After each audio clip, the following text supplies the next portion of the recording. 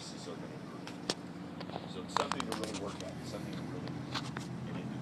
I recommended one thing to Sid. We did a lot of 3-man or 3-girl relays.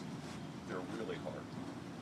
You're diving in, you're going as fast as you can underwater, you get out, by the time you turn around, the third girl's coming back and you're ready to go. We do these 12 times, 16 times.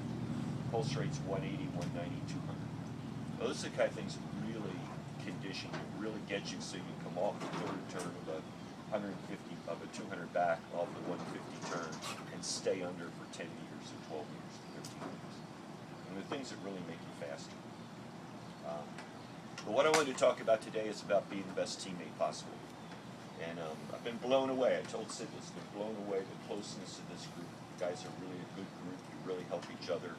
I don't hear any negative talk. Everybody's here for each other, and I think that's really important. That's the catalyst of a great program. That's what makes a great program. And I was very fortunate to, in 1983, I had that kind of group. Everybody was there for each other. People stood up for each other. People helped each other. But people also told each other, you're better than them. You can do a better job. They reminded them in the middle of a workout when somebody was feeling sorry for themselves or wasn't really maybe doing what they should be doing in the workout.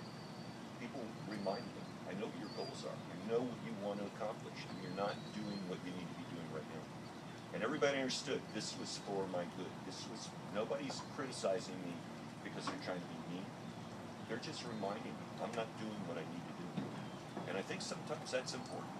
You know, sometimes you have a goal, school goal. You want to try and win. You want to try and be state champions. You want to try and be Florida state champions, whatever it is. It's going to take people to remind each other you're not doing what you need to do. Where were you yesterday? Things like that. And those things are critical. When you go away to college, you're going to find college programs operate that way. Everybody is there every day for a goal. And that team goal, everybody helps each other maintain what they need to do to get that goal. When I first started this, 9 years ago, John Urbanchek, Richard Quick, Bob Steele, and myself, we never realized how much we're going to learn from each club we went to. Each club we go to, we're imparting information, that we're gathering information, we're getting things. I'm seeing things that Sid does, things that you do, that I can turn around and help other clubs with in the future. Okay. One of the things that happened on one of my trips was, to me, was just mind-blowing. It was just incredible. I mean, I almost shook when this whole thing took place. And every club I visited, I've repeated this story. I think it's that important. I was at Sierra Marlins in Sacramento, California. Jeff Pearson, a real good friend of mine, is the head coach. And we did a talk, we did 2 talks, just like I've done with you. The second talk I did was, how do you want to be remembered? And it was about getting people to think about their behavior, their actions as a teammate. How do they want to be remembered by their teammates? They want to be remembered as that person. She was always here. She was always the one you could count on. She was always the one that, was the leader of the group, or helped each other get better, or cheered for people, or somebody was having a bad workout, and he was the one that went over and said, come on, you can get through this. Come on, you can get through this. I'll help you through it. Because that's the most important thing in life. 10 years from now, nobody's going to remember your times. Nobody's going to remember how many medals you have in the box in your bedroom or your family room or wherever. But they're going to remember you. They're going to remember you, the kind of person you are. And I think the more you can subscribe to being the perfect teammate, every day coming in here to help your teammates get better, knowing that if you help your teammates get better, the team gets better, and you will be a much faster swimmer, because it becomes incredibly contagious. Incredibly contagious. If I join this team, and I came in right away, I am high-fiving people, Coach Sid turns around and says, great job so-and-so, and I'm over there, wham, wham, great job. I'm going to affect the team. I'm going to make the team better. And eventually, teammates are going to start responding to me in a very positive way, and the teammates are going to make me a better swimmer. And the more you learn that, the more you learn coming out of your shell a little bit and being more proactive, helping your teammates around you, the better swimmer you will become. You will do things that are Jason Lezak-like swims. You will do things that go beyond what people think you're capable of. You will outperform, do things that are very special. Well, why was it this club? And I did this talk about how do you want to be remembered. After the talk was over, their coach said, today we're going to warm up, we're going to do a test set. The test set was going to be 3,100 short course yards on 120. It's something they did on probably every third week or something like that. The kids knew about it, they dreaded it, but it's something they're going to do. He told them to go in and get dressed, come out, and gave them a warm up. And while they were warming up, he asked me if I would time it. Not the whole group, but 3 lanes. Because he had 10 lanes of swimming. And I didn't know it at the time, but he gave me the best 3 lanes. In there was Alyssa Anderson, who at that time was, I think, 14. Her little sister, Haley Anderson, who was about 12 or 13, and a whole host of real good little young swimmers. And he gave me this group, I think, to keep me motivated and occupied and everything while they did this set. And the set begins, and Alyssa Anderson, this little 14-year-old girl, had just made, in the summer before, her first senior national qualifier. Had never been at nationals, but her first senior national qualifier. She pushes on, goes 57 flat, and then for the next 17, 57-1, 57 flat, 57-1, 57 flat, just like that. Little sister Haley's going double-o, double-o, double-o, double-o, and down there upset because she can't get under it. Until number 18. Number 18 of the 30 they're going to do, it started to fall apart. And it started with Alyssa Anderson. She went 57-9. And it was such a 57-2 to 57-9 that I thought something's wrong here. And across the board, everybody's slowing up.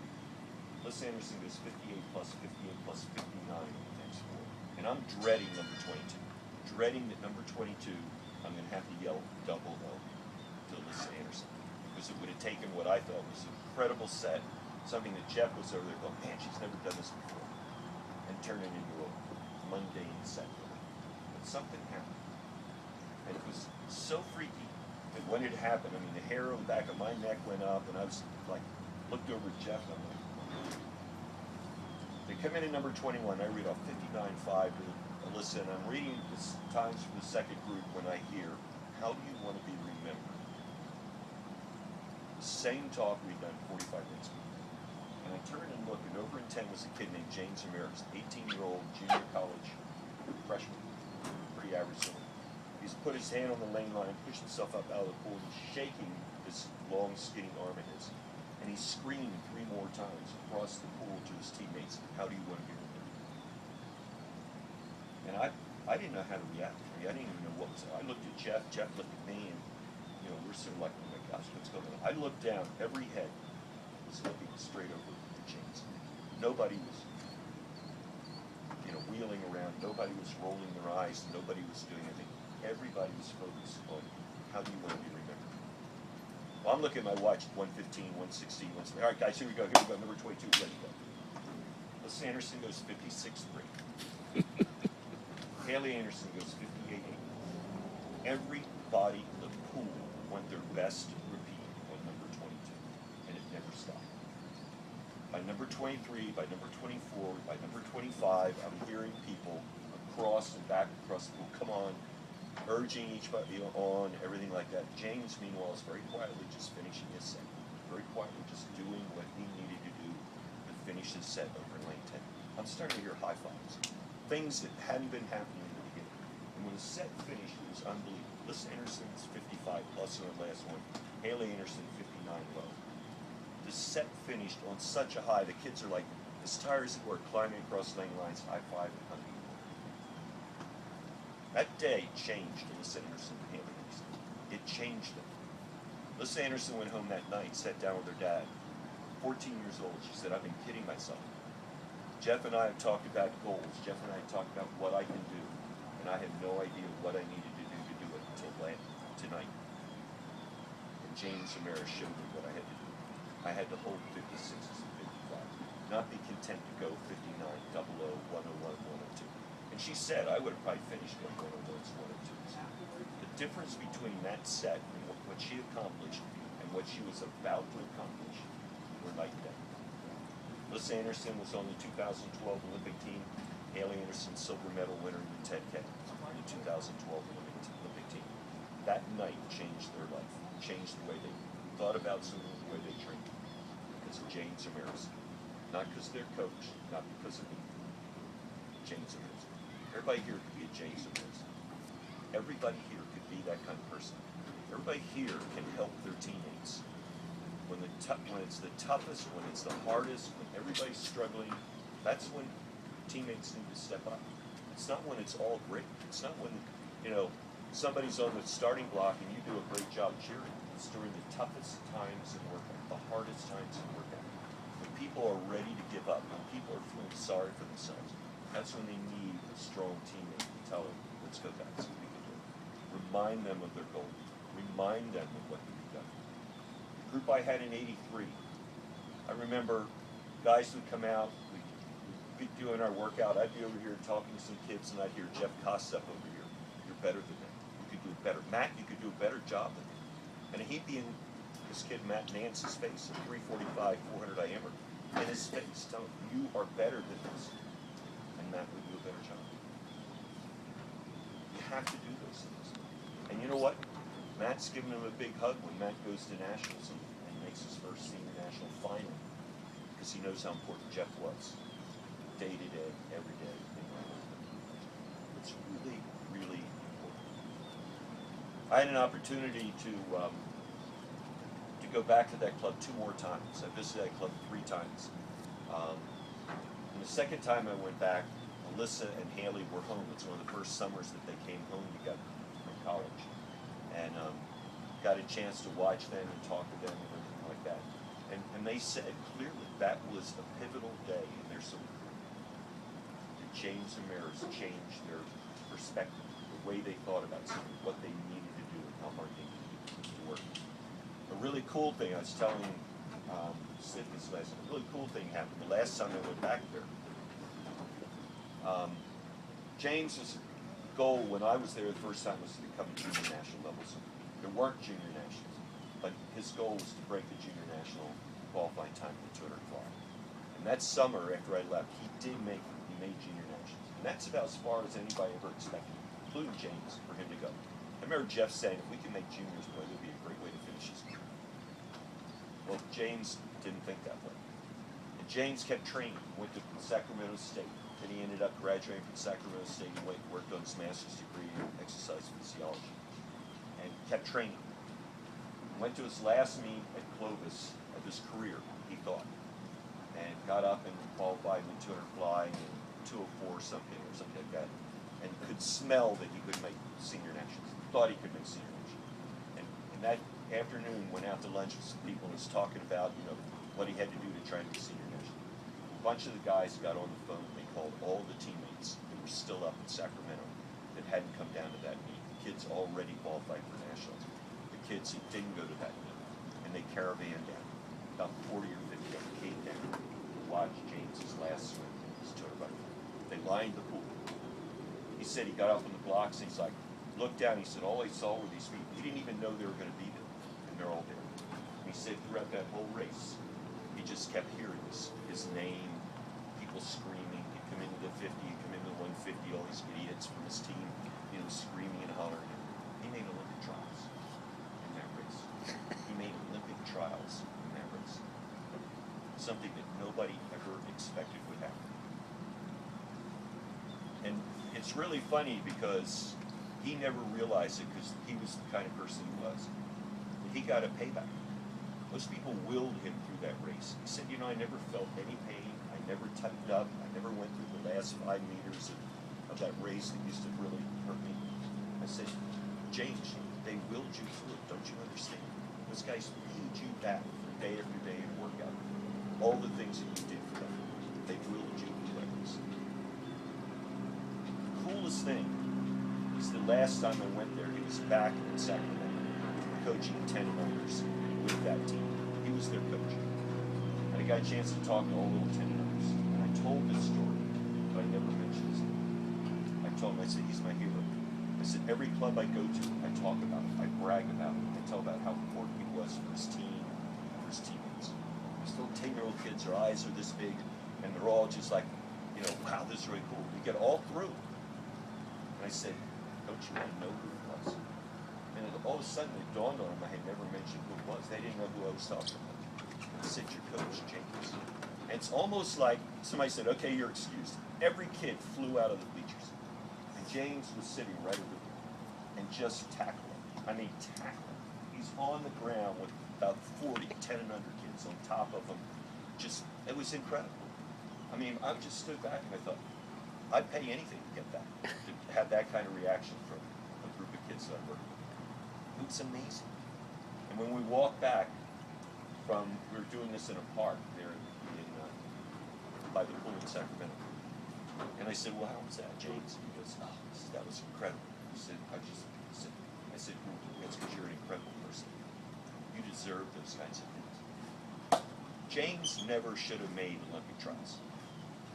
But by being the teammate he was, by doing what he did every day, he swam so much better than anybody, including himself, ever thought.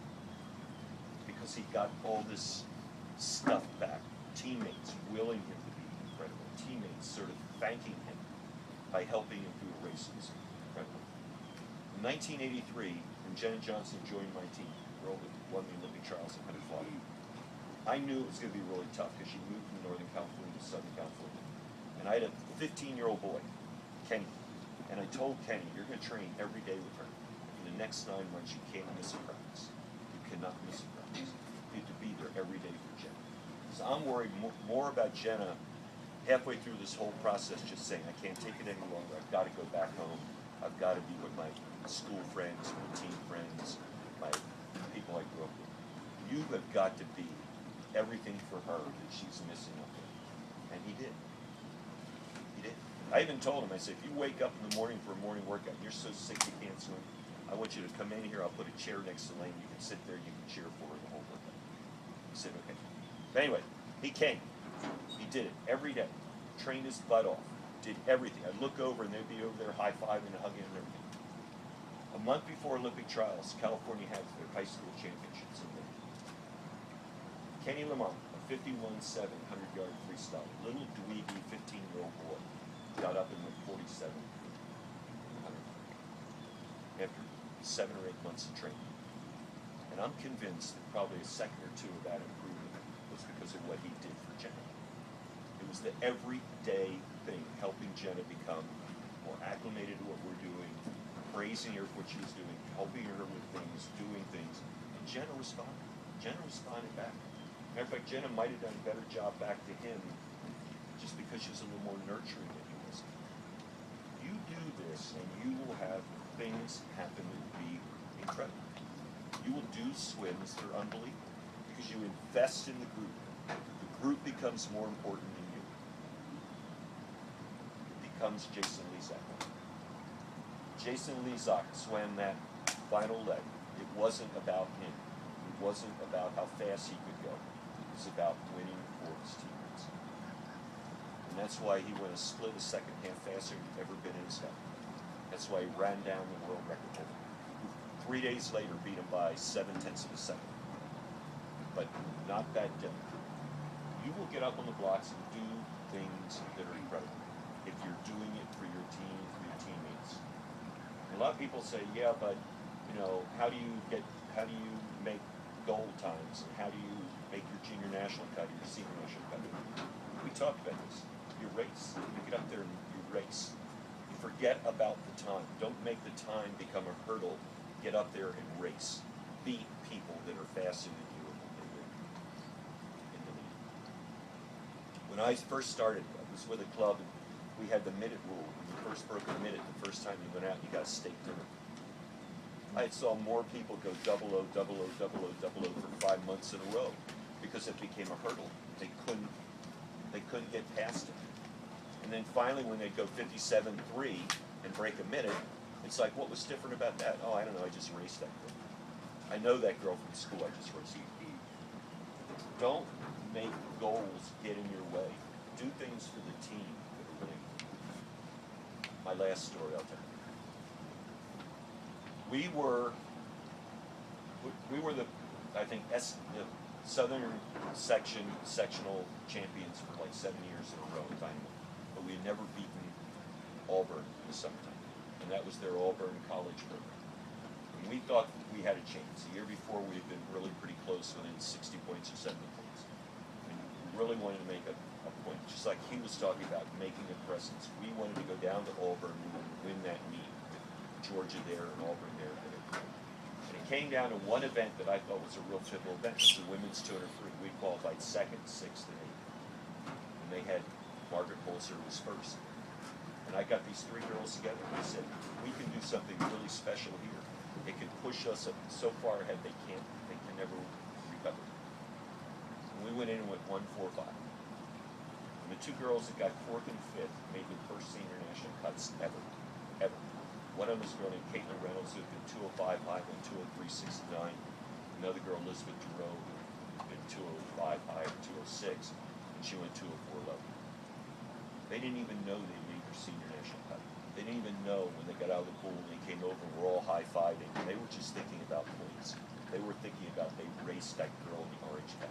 They were thinking about that, doing something spectacular for the team. And it wasn't probably for 20 minutes later after Elizabeth Giroux's mom told her, oh, you made nationals, that they even knew it. You will do unbelievable swimming when you're doing it for the right reason. And the right reason really is to race, have fun, and do things for your team and your teammates. Makes sense? Does it make sense to you, Sid? Makes a lot of sense to me, Coach. Does it make sense to you guys? Anybody else? Think about some of your high school experiences. Think about some of those things, anchoring relays. Think about some of those things, where you got up there and the points. You got to score some points. You got to do some stuff. And a lot of times the phenomenal swims, the Jason Leasack like swims, come from those things. Come from amazing things. And the thing that's amazing about Jason is that when Mark Schubert finally really talked about it, he said, what was the most amazing thing about that swim was after it was all over and the rest of the team was filing by Mark. And he said to look at people, they look at Mark, he just had to look on their face like, I'm ready to go. I mean, Jason turned that team around. That swim was incredible. Oh, the points absolutely. scored was incredible. The 4 gold medals were incredible. But there were things that Rebecca Soni did and other people did because of that swim that were incredible. And you had that chance. Everybody here could be a Jason Leasack. Everybody here could be James. Everybody here could do things that are very special. You don't have to be the oldest, the biggest, the fastest. You just got to care. And that's the biggest thing. You have an advantage, and you can never take that away. You can never take away from James Ramirez that feeling he has. I really helped the teammates. I really was somebody that made a difference on this team. And he knows every club I go to, I tell this story. I mean, I think he gets embarrassed when he hears about this. He works for Venus. People will say, yeah, you're the guy that other guy talks about all the time. But something to be really proud of, something to be. You guys have really been I'm really proud to be a teammate here and to help my teammates get better. And I was somebody really important, not just having the club be a silver medal club, but become a gold medal club. There we go. Now we're talking. And you'd be amazed how you can help. In 2003, 2002, the first year they did Club Excellence, we were second in the country behind Irvine at Dynamo. And I remember having a meeting and we talked about how many people can score points, how many people can do this, how many can people. And finally I got down to, I knew I had kids that knew they couldn't score any points. I said, how many know they can't score any points? 12 people put their hand. I said, how many of you will not miss a workout over the next 10 months, will come every day, work as hard as you can, prepare yourself for next year, but help your teammates score points? All 12 hands went. And the whole year I never had to yell at anybody. If somebody was on the wall that was supposed to be swimming, all I was able to do was say, didn't I see your hand up? And they were gone. 4 of the 12 who put their hand up and said, I can't score any points, scoring points in the Club Excellence program. One girl made both breaststrokes, phenomenal drops, because they were there every day. They came every day. They never missed a practice. They were there every day to help each other get better. And how do you score a point, Coach? Well, I mean, how do you score for Club Excellence? Because some of them have no idea. We've never they have really... time standards. Right. And the time the great thing about it is, you make a time standard, and it might be 750, it might be 780 points, 790, 800 points. because it's based on the FINA point system. And like nationals are right around 790. The national qualifying time is around 790. Junior nationals probably around 720 or 730 in the FINA point system. So if you make an event, boom, you score a lot of points. You can really help. It's better to have a lot of real good swimmers than having one or two Michael Phelpses. Right. Because Michael Phelps doesn't score that many more points than Quinn does. You know, he's not scoring more than 800 points in an event. So every time we make a cut this weekend, we can score points. Every time you can score points. It's about numbers. It's about that. We had 13 new teams this year go up into the gold medal thing. And I had the opportunity to be in 11 of those. And I'll tell you what, they're no different than this team. They just really got glued together and really worked to make that happen. All right. Well, let's start today. Any questions? I wish you guys